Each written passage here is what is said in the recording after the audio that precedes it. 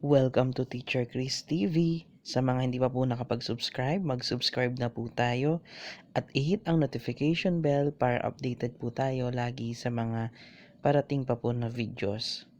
So ngayon po ay tatalakayin natin ang isang COT lesson plan.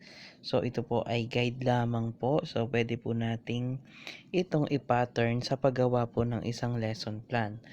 Ang topic po natin ay recognizing coins and bills up to 1,000 pesos. Sa objective natin, letter A, content standards, the learner demonstrates understanding of whole numbers up to 10,000, ordinal numbers up to 100, and money up to 1,000 pesos. Letter B, performance standards, the learner is able to recognize, represent, compare, and order whole numbers up to 10,000 and money up to 1,000 pesos in various forms and contexts. For our learning competency, recognize coins and bills up to 1,000 pesos. So, dyan tayo magfa-focus. Ang code ay M3NS-1C-19.2. So, here is our objectives.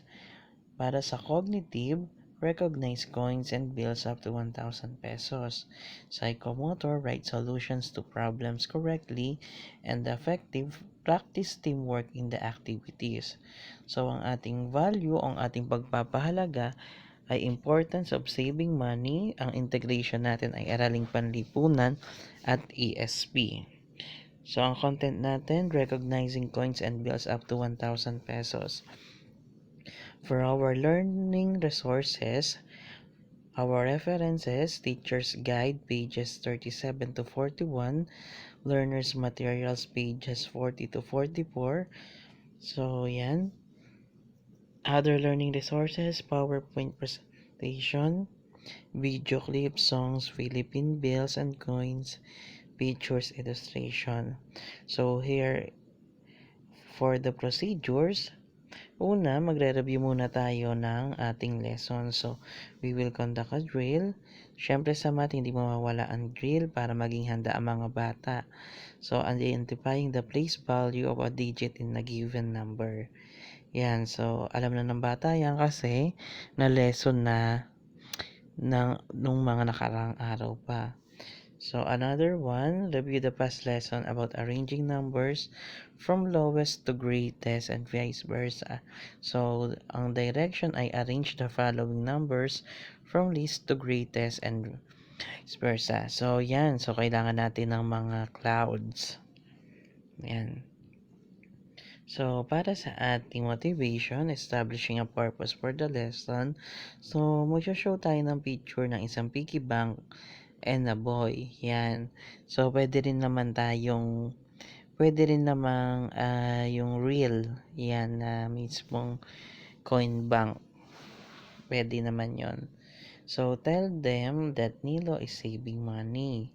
So, you will ask, who among you also saves money? Is it important to save money? Why? Yan. So, ayan yung ating motivation. So, may question and answer. Yan. So, dito, pwede rin naman halimbawa, may coin bank ka, tapos, pwede doon may bubunutin na tanong yung mga bata. Yan. So, maraming mga tricks na pwedeng gawin. So, ngayon naman, magpe-present tayo ng examples, instances of the new lesson. So, ang gagawin mo dito, kailangan mo na ipakita yung following Philippine coins and bills one at a time. So, call on pupils to give the value of these coins and bills. So, you will present a video clip about Philippine bills and coins. So, gagamit tayo ng video dito. Video presentation dapat. Hindi yung sobrang tagal. Yung mabilis lang pero nandun lahat ng punto sa video na yun. After nyan, magdi-discuss na tayo new concepts and practicing new skills. So, tell pupils to describe each paper, bills, and coins. So, achieve na agad natin dyan yung ating objective. Para sa discussing new concepts and practicing new skills, So, ang bawat bata ay bibigyan ng play money, yan. So, halimbawa, talagang kapos tayo sa budget, pwede naman tayong magpa-assignment sa mga bata. So, tell them to examine the play money, tas yan, may questions lang na what picture can be seen on each side of the coins, the bills. So, how fast can you recognize paper bills? So, can you give their exact amount? Yan. So, lahat ng bata dyan ay gagalaw. So, hayaan nyo yung mga bata. Pwede rin yung think, pair, share. Pwede rin group activity. Yan. So, para sa developing mastery, so they will answer the following questions. Yan. So, how much is your money if you see the picture of? Yan. So, meron tayong 7 tao dyan. Yan. So, pagkatapos nyan, magmamatch na sila. Yan. So, para ma-recognize talaga nila yung mga bills hanggang 1,000.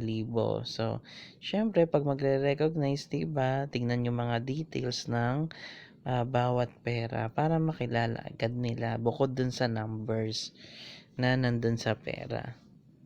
Yan. So, finding practical applications of concepts and skills in daily living. So, you will divide the class into 4 groups. So, let them do the activity below. Hayaan natin sila. Activity naman yan. So, collaboration of ideas. Yan. So, meron tayong yellow wallet group and blue wallet group. So, paste the correct picture of the hero for each denomination. Dito naman, so, sa green wallet group at white wallet group, so, get the paper bills and coins, play money lang from the piggy bank and fill up the data below. So, magandang activity yan. So, pwede pa rin kayong mag-insert ng other activities. Pwede rin tayo mag-differentiated instruction. Pwedeng may mag-role playing using play money. Pwede naman may mag-drawing. Yan. Kasi di ba may mga batang more on gusto nila drawing and pagkukulay. Pwede rin naman gumamit ng games kasi marami mga bata mag-games. Gusto mag-games. So, sa generalization, the teacher guides the pupils to generalize as follows. So, ayan yung question. So, para sa ating evaluation, so, the pupils will write the missing answer, the color, name of the hero, and the amount of each bill and coin. Yan.